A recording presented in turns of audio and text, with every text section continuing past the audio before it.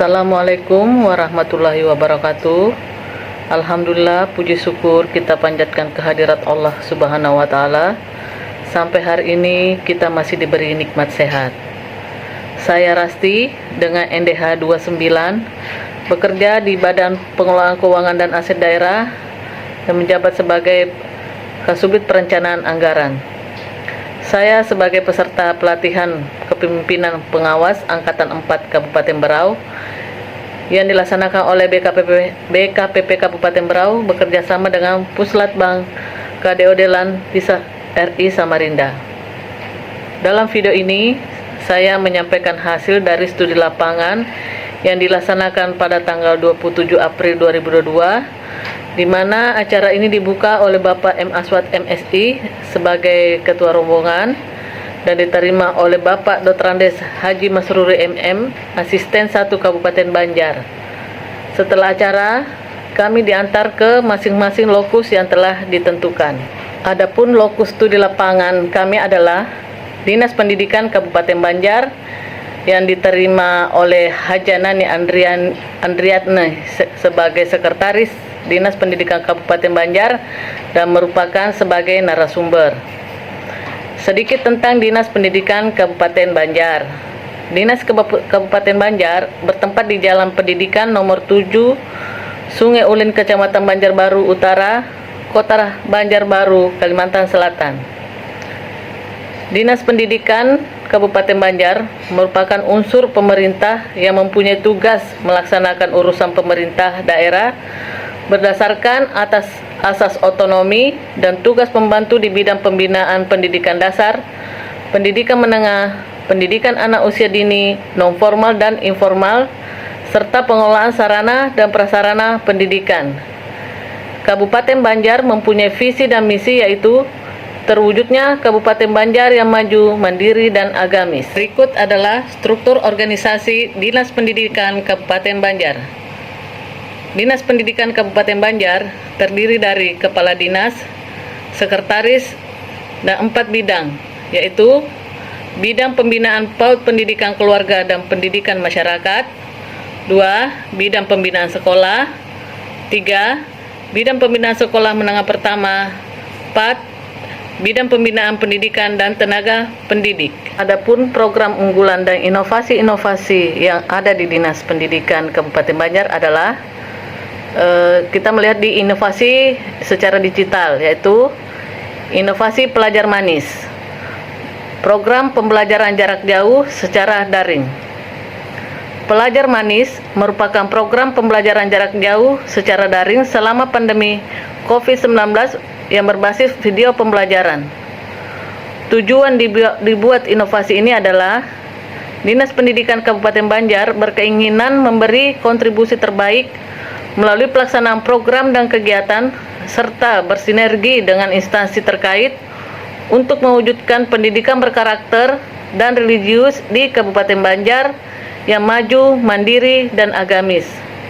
Melalui media ini, kebutuhan masyarakat akan informasi pendidikan di Kabupaten Banjar dapat terpenuhi. Yang melatar belakangi terciptanya inovasi ini karena pandemi COVID-19 yang mengharuskan pembelajaran dilakukan secara jarak jauh. 2. Inovasi Sultan, Sulu Literasi dan Pendidikan. Sultan merupakan situs yang digunakan untuk menampung semua karya para guru, kepala sekolah, pengawas, dan pejabat pemerhati pendidikan di Kabupaten Banjar. Inovasi ini dalam bentuk digital maupun karya lainnya seperti tulisan. Alasan dibuatnya inovasi ini karena belum ada wadah yang menampung karya guru, baik itu bahan ajar dalam bentuk digital maupun karya guru lainnya seperti tulisan. 3. Sipintar, Sistem Informasi Pengelolaan Tercepat Angka Kredit Guru. Sipintar merupakan inovasi sistem aplikasi layanan bagi guru dan tenaga kependidikan di lingkungan Dinas Pendidikan Kabupaten Banjar dalam menyusun daftar usul penetapan angka kredit atau DUPAK secara online. Selain itu, Sipintar memiliki fitur usul jabatan fungsional dan kenaikan pangkat tertentu dalam rangka meningkatkan kualitas layanan guru dan tenaga pendidik. 4. Wajar, wadah belajar. Wajar merupakan program belajar dari rumah yang disiarkan melalui radio. Dinas Pendidikan bersama LPPL Radio Suara Banjar membuat program secara wajar wadah belajar yang disiarkan dari Senin sampai Kamis. Alasan dibuatnya program ini sendiri yang sudah berjalan dari 2020 pada saat pandemi sebagai pengganti pembelajaran tatap muka yang tak dapat dilaksanakan pada masa pandemi saat itu. 5. Si Papa Kaget. Aplikasi pelaporan hasil penilaian kinerja guru terpadu. Si Papa Kaget merupakan aplikasi berbasis Microsoft Excel untuk memudahkan asesor dalam pelaporan hasil penilaian kerja guru serta mempercepat proses dan memudahkan guru dalam mengusulkan penilaian angka kredit. Alasan dibuatnya karena lambat dan sulitnya pelaporan hasil penilaian guru, tidak akurat atau tidak sesuainya nilai angka kredit jabatan guru, hasil penilaian kinerja guru yang tidak sesuai dengan buku panduan penilaian. 6. Ngudik, ngobrol urusan pendidikan.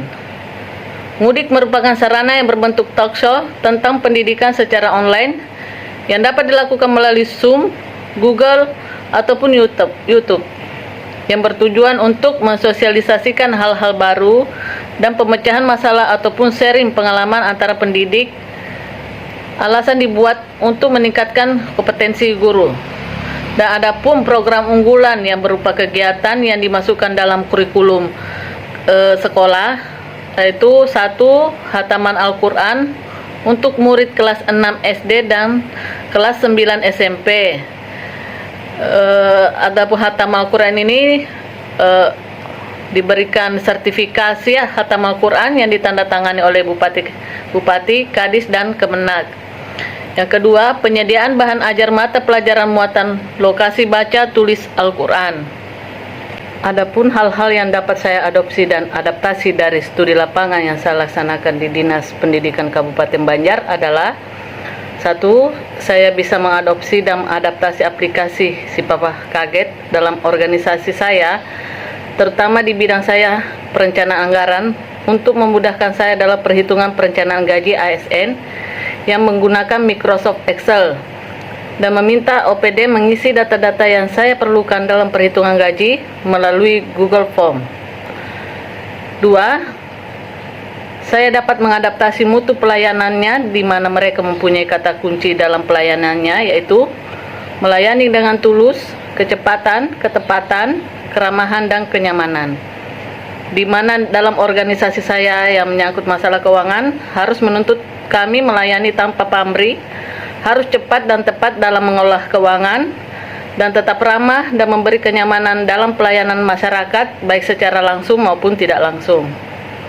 Adanya SDM yang memadai dan menempatkan personil sesuai dengan kemampuan di bidang masing-masing.